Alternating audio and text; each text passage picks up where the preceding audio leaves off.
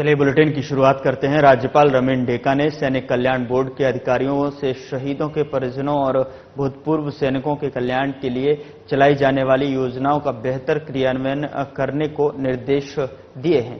साथ ही आपको बता दें कि राजभवन में राज्यपाल रमेन डेका ने छत्तीसगढ़ सैनिक कल्याण बोर्ड के गतिविधियों की जानकारी ली। सैनिक कल्याण संचालन के संचालक ब्रिगेडियर विवेक शर्मा, सेवानिवृत्त बीएसएम ने प्रेजेंटेशन के माध्यम से केंद्र सरकार और राज्य सरकार द्वारा भूतपूर्व सैनिकों परिजनों के कल्याण के लिए संचालित योजनाओं की विस्तृत जानकारी दी। उन्होंने केंद्र से लेकर राज्य और जिला सैनिक कल्याण बोर्ड के कार्यों से राज्यपाल को अवगत कराया।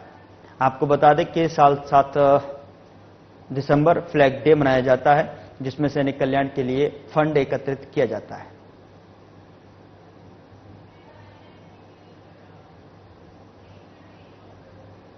उधर राजधानी रायपुर में 2 दिवसीय कलेक्टर एसपी कॉन्फ्रेंस का आयोजन किया गया है। मुख्यमंत्री विष्णुदेव साय सुबह से लगातार कलेक्टरों के साथ मैराथन बैठक में भाग लिए। इस दौरान सभी विभागों की उन्होंने समीक्षा की और लचर व्यवस्था पर उन्होंने अपनी नाराजगी भी जताई है।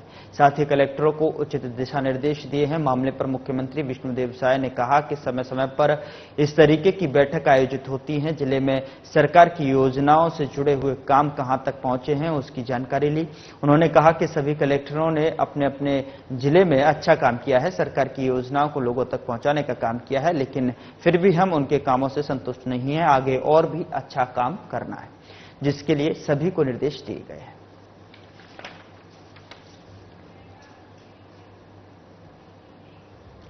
उधर मुख्यमंत्री विष्णुदेव साय की अध्यक्षता में आज कलेक्टर्स पुलिस अधीक्षक कॉन्फ्रेंस के दूसरे दिन की समीक्षा बैठक शुरू हुई, जिसमें मुख्य सचिव, पुलिस महानिदेशक, संभाग आयुक्त, पुलिस महानिरीक्षक, कलेक्टर और पुलिस अधीक्षक के साथ साथ और सभी वरिष्ठ अधिकारी उपस्थित हैं। आपको बता दें कि बैठक दिन भर चलेगी और बैठक में मुख्य रूप से जिलों में कानून और व्यवस्था सहित अपराधों की रोकथाम के लिए किए जा रहे कार्यों की समीक्षा की जाएगी। साथ ही भविष्य में पुलिसिंग और अधिक विश्वसनीय, पारदर्शी और उत्तरदायी बनाने के लिए भी विभिन्न सुझावों पर चर्चा की जाएगी। सबसे पहले मुख्यमंत्री ने बिलासपुर रेंज के पुलिस को निर्देश दिए। कहा कि बिलासपुर रेंज में अपराधों में कमी आई है, लेकिन इससे संतोष नहीं करना है। एसपी और कलेक्टर आपसी समन्वय से काम करें।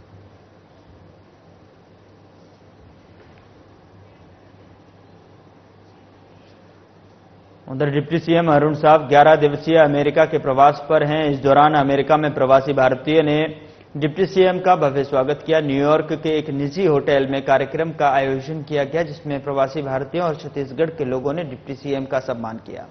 इस दौरान डिप्टी सीएम ने कहा कि मोदी जी ने प्रधानमंत्री बनने के साथ ऐतिहासिक फैसले लिए हैं। वहीं छत्तीसगढ़ में बीजेपी के मुख्यमंत्री बनते ही 18 लाख गरीबों को पीएम आवास दिया गया है। इस बीच डिप्टी सीएम ने केंद्र और राज्य में हो रहे विकास के कामों को भी बताया। उन्होंने उद्योगों को छत्तीसगढ़ में इन्वेस्ट करने की भी बात कही। अमेरिका में प्रवासी भारतीयों ने कहा कि मोदी के पीएम बनने के बाद विदेश में भारतीयों का सम्मान और बढ़ा है।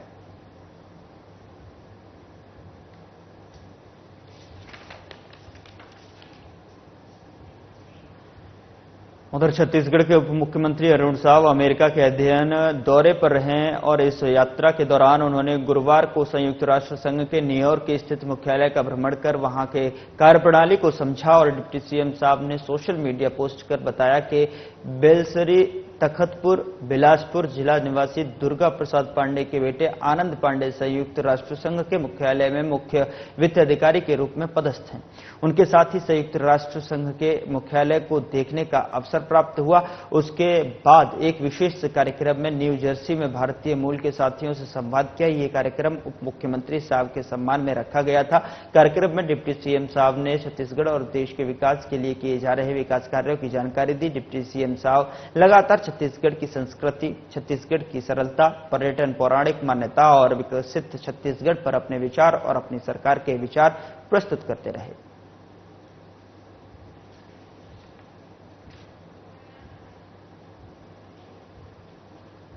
उधर मंत्री केदार कश्यप का बड़ा बयान सामने आया है, जिसमें उन्होंने पूर्व मुख्यमंत्री भूपेश बघेल को घेरा है। उन्होंने कहा है कि भूपेश बघेल को कई महीनों से जेल में बंद आरोपी से मिलने की जल्दी क्यों है।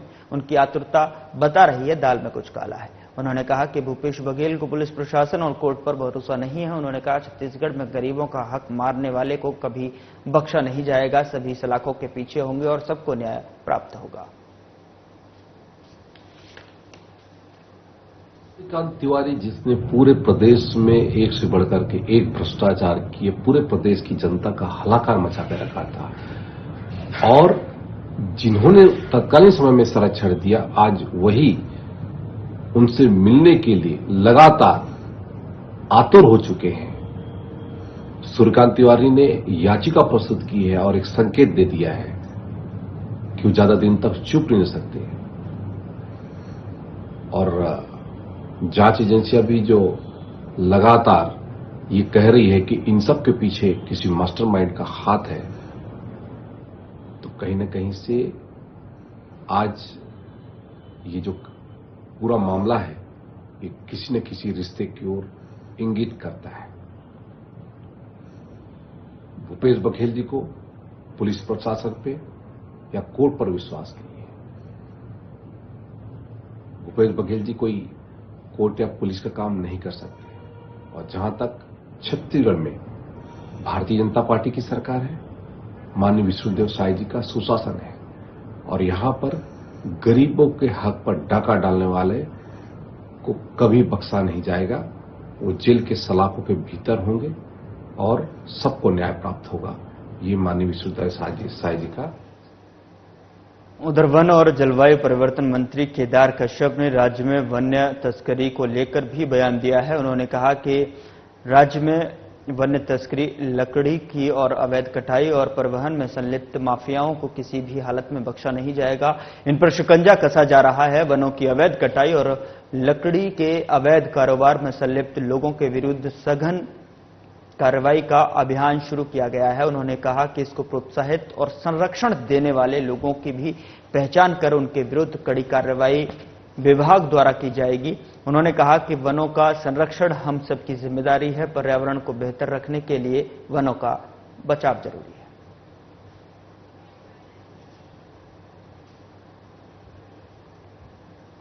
उधर केंद्रीय राज्य मंत्री तोखन साहू का बयान सामने आया है, जिसमें उन्होंने नक्सलवाद को लेकर अपनी प्रतिक्रिया दी है। उन्होंने कहा है कि हमारे गृह मंत्री अमित शाह छत्तीसगढ़ के दौरे पर रहे। इस दौरान उन्होंने यहां पर कई बैठकें ली। उन्होंने कहा कि उनका संकल्प है कि छत्तीसगढ़ को नक्सली मुक्त करना है। कई प्रयास इसके लिए किए जा रहे हैं और जल्द ही हमारा प्रदेश नक्सल मुक्त होगा। इसके लिए हम संकल्पबद्ध हैं। गृह मंत्री जी ने अभी कुछ दिन पहले आकर के हम मीटिंग लिए 7 राज्यों के, और ये भारतीय जनता पार्टी सरकार का संकल्प है कि आने वाले 1.5 साल 2 साल के भीतर हमारा छत्तीसगढ़ नक्सल मुक्त प्रदेश होगा। तो नक्सली विकास में बाधक हैं, न वो समाज का विकास चाहते, न राज्य का विकास चाहते। तो सरकार के द्वारा बड़ा कदम उठाया गया है और आने वाले समय में हमारा प्रदेश नक्सल मुक्त प्रदेश होगा। क्या मैसेज देने की कोशिश है, क्योंकि दिल्ली लेके जाया जाएगा तो खबर रायपुर से, जहां पर प्रधानमंत्री आवास योजना को लेकर भी केंद्रीय राज्य मंत्री तोखन साहू का बयान सामने आया है, जिसमें उन्होंने कहा है कि प्रधानमंत्री आवास योजना के संबंध में पीएम मोदी का बड़ा संकल्प है। 3 करोड़ आवास का संकल्प पहले कैबिनेट में दे दिया गया है। 1 करोड़ आवास शहरी और 2 करोड़ ग्रामीण क्षेत्रों में बनेंगे। उन्होंने कहा कि हर व्यक्ति का सपना होता है कि उनके सर पर छत हो, तो एक बड़ी सौगात गरीब वर्ग को, मध्यम वर्गीय परिवार को मिलने वाला है।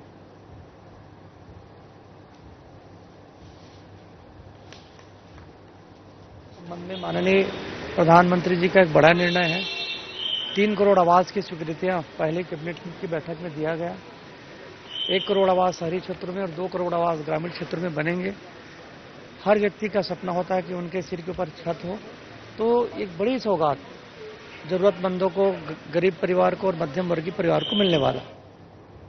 उधर छत्तीसगढ़ सरकार में छात्राओं के लिए चल रही सरस्वती साइकिल योजना से पीजीओ उमाठे अंग्रेजी माध्यम विद्यालय शांतिनगर रायपुर छात्राएं लाभान्वित हुई। सरस्वती साइकिल योजना के अंतर्गत रायपुर उत्तर विधायक पुरंदर मिश्रा ने छात्राओं को साइकिल वितरण किया। इस दौरान विधायक ने कहा कि छत्तीसगढ़ में जो है बालिका शिक्षा को बढ़ावा देने के उद्देश्य से राज्य शासन छात्राओं के लिए सरस्वती साइकिल योजना चला रही है। सरस्वती साइकिल योजना के तहत 9वीं कक्षा में अध्ययनरत अनुसूचित जाति, अनुसूचित जनजातियों और अन्य पिछड़ा वर्ग के बीपीएल परिवार की बालिकाओं को साइकिल दी जाती है। यह एक ऐसी महत्वाकांक्षी योजना जो न सिर्फ बेटियों को आने जाने में मदद करती है, बल्कि इससे बेटियों की शिक्षा आसान हो जाती है।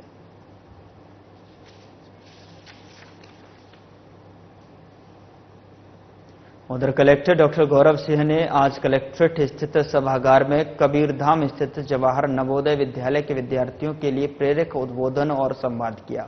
कलेक्टर ने विद्यार्थियों को सफलता का मूल मंत्र बताते हुए कहा कि विद्यार्थियों को पढ़ाई के साथ साथ लक्ष्य निर्धारित कर कड़ी मेहनत करनी चाहिए। इसके लिए पदचिन्ह तय करने की जरूरत है। हर विद्यार्थियों को अपने लिए पढ़ाई करनी चाहिए। इससे माता पिता की पहचान बनने के साथ साथ गांव परिवार का नाम रोशन होता है। उन्होंने अपने पुराने अनुभवों को साझा करते हुए कहा कि असफलता मिलती है तो कभी घबराएं नहीं। कलेक्टर ने कहा कि मैंने कभी कक्षाओं में कभी पहले नंबर पर नहीं आया, बल्कि द्वितीय स्थान पर ही रहा। शासकीय इंजीनियरिंग कॉलेज से अध्ययन किया और बाद में मास्टर IIT से किया, और लेकिन लक्ष्य सोचा था उसके लिए मेहनत की और UPSC पास कर IAS बना। डॉक्टर सिंह ने कहा कि कोई भी चीज को पाने के लिए लक्ष्य निर्धारित करने के साथ दृढ़ संकल्पित होना जरूरी है। साथ ही जज्बा और कड़ी मेहनत से निश्चित ही सकारात्मक परिणाम आता है।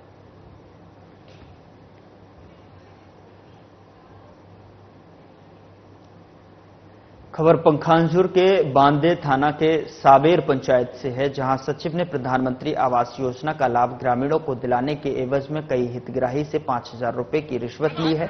बावजूद इसके ग्रामीणों को आज तक कोई लाभ नहीं मिला है। यहां तक कि ग्रामीण राशन कार्ड से वंचित हैं। साथ ही गांव की सड़क भी जर्जर हालत में पड़ी हुई है। वहीं गांव में मुक्तिधाम जैसी योजना का लाभ भी ग्रामीणों को नहीं मिला है, जिसके बाद ग्रामीणों ने सचिव के खिलाफ मोर्चा खोल दिया है। मौके पर पहुंची शिवसेना महिला मोर्चा की प्रदेश महासचिव संत उइके ने तत्काल सचिव को निलंबित करने की मांग की।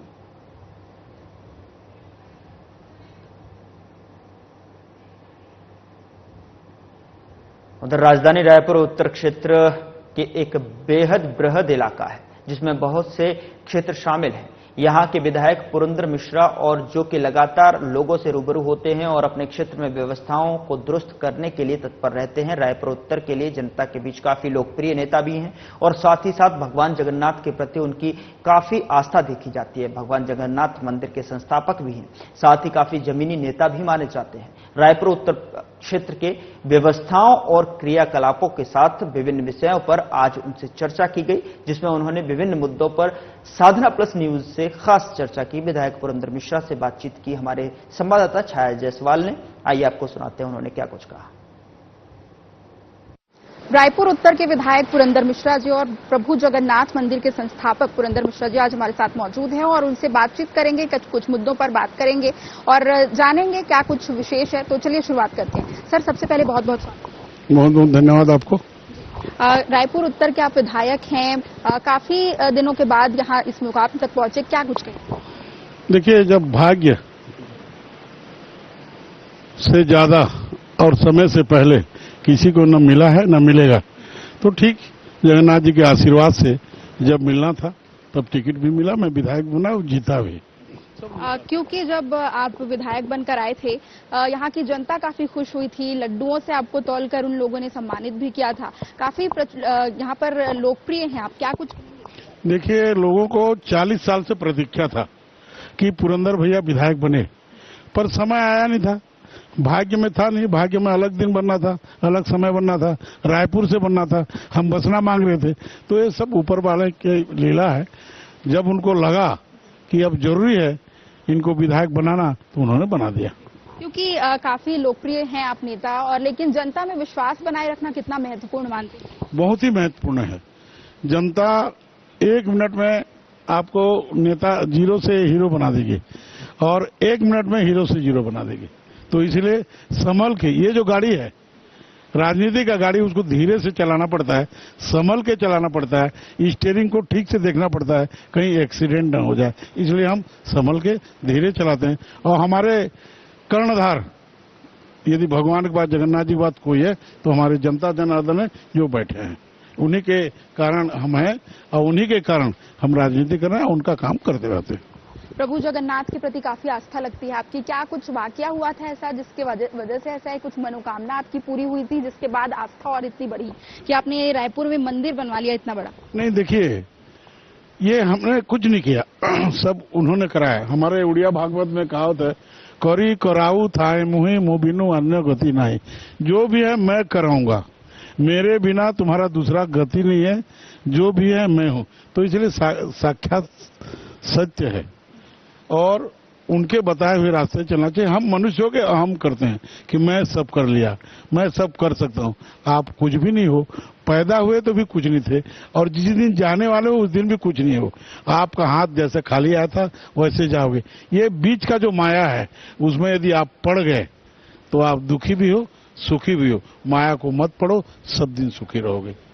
नगरीय निकाय चुनाव नजदीक है, लोगों से लगातार आप रूबरू होते हैं, उनकी समस्याओं को सुनते हैं, क्या कुछ विशेष उनकी समस्याओं में पाते हैं? देखिए, पिछले 5 साल जो सरकार रही वो छत्तीसगढ़ को, रायपुर के राजधानी को इतना नष्ट कर चुकी है कि 9 महीना लग गया हमको सुधारते सुधारते। और अफसर भी आज के उस कांग्रेसीकरण में वो भी संलिप्त है। धीरे धीरे हम उसको ठीक कर रहे हैं। आने वाले समय में नगरीय निकाय चुनाव हम जीतेंगे और हमारा महापौर भी हमारा होगा। रायपुर उत्तर के आप विधायक हैं, यहाँ पर लोगों में क्या मामूली समस्याएं देख पाते हैं जो आमतौर पर लोगों को? देखिए, शहर का जो मामला होता है, साफ सुथरा हो, यातायात व्यवस्था हो और लोग लूटपाट न करें, चोरी न हो, नशाखोरी न हो, ये सब के लिए रहते हैं। शहर में कुछ नहीं चाहिए। ये ग्रामीण में प्रॉब्लम नहीं है। ग्रामीण तो मस्त गांव में रहते हैं, आराम से खाए पिए, काम किए, खेती के बदन। शहर में सब है, तो उसको नियंत्रण करने की सरकार पूरी तरह से मुस्तैद है और विष्णुदेव की साय की सरकार धीरे धीरे एक एक कर रहे हैं। हमारा देखिए, नक्सलाइट में पिछले दशकों में जितना नक्सलाइट नहीं मारे थे, अभी हमने 9 महीना मार गिराए। तो धीरे धीरे सब काम पे हम आगे जा रहे हैं। बिगड़े हुए व्यवस्था को दुरुस्त करने में हमको जरूर 7-8 महीना लगे। आने वाला समय सब सही ढंग से चलेगा, ये मेरा मानना है। कुछ दिनों पहले आपने डिप्टी सीएम अरुण साव को पत्र भी लिखा था कि अपराध के जो इधर मामले हैं रायपुर उत्तर क्षेत्र में, उस पर नियंत्रण हो। क्या इस पर आगे कुछ कार्रवाई अब तक की नहीं है? देखिए, रायपुर में आप घूमेंगे तो सीसीटीवी सब बंद है और कहीं चोरी होता है, कहीं और कुछ गुंडागर्दी होता है, कहीं और कुछ होता है, तो उसको पकड़ने के लिए सीसीटीवी का महत्वपूर्ण है। मैं उनको व्यक्तिगत हिसाब से, घर के हिसाब से लिखा था। नगरीय निकाय मंत्री हैं, हमारे भाई हैं, और यदि कोई व्यक्ति, बच्चा यदि माँ बाप को नहीं बताएगा कि मेरे को भूख लग रहा है तो कौन खिलाएगा? तो हमने अपने मंत्रियों को, हमने अपने मुख्यमंत्री को बताया कि यहाँ पर रायपुर में सेंसिटिव एरिया है और मेरा जो विधानसभा है उसमें मुख्यमंत्री निवास है, राजभवन है, मेडिकल कॉलेज है, जेल है, कपड़ा व्यापारी पंडरी है, मालवी रोड है, एमजी रोड है, मोधापारा है, फाफाडी है। तो इतना जो घना बस्ती है मेरे एरिया में है, तो मैं उसी का मांग किया था कि यातायात व्यवस्था को दुरुस्त करने के लिए, अपराधियों को पकड़ने के लिए सीसीटीवी की आवश्यकता है और निश्चित ही पूरे शहरों में हम सीसीटीवी लगाएंगे। जो बंद है उसको दुरुस्त करके चालू करवाएंगे। काफी जमीनी नेता माने जाते हैं, खेती किसानी का भी आपका व्यवसाय था, क्या आज के जो शेड्यूल है उसमें से समय निकालकर आप आज भी खेती किसानी को समय दे पाते हैं? देखिए, खेती के लिए तो खुद कोई किसान करता नहीं, थोड़ा बहुत करता है, पर प्लानिंग क्या होना चाहिए? जब हम 20 साल छत्तीसगढ़ सरकार नहीं बनी थी तब की चिंता करें तो एकड़ में 10 कुंटल होता था, 20 कुंटल होना शुरू हो गया। आज के तारीख में 30 कुंटल से भी ज्यादा पैदावार हो रहा है। तो जो आधुनिक खेती हम कर रहे हैं उससे हमारा आय बढ़ रहा है। और सरकार कितना पैसा दे रहा है? 3100 रुपया सरकार धान खरीद रहा है।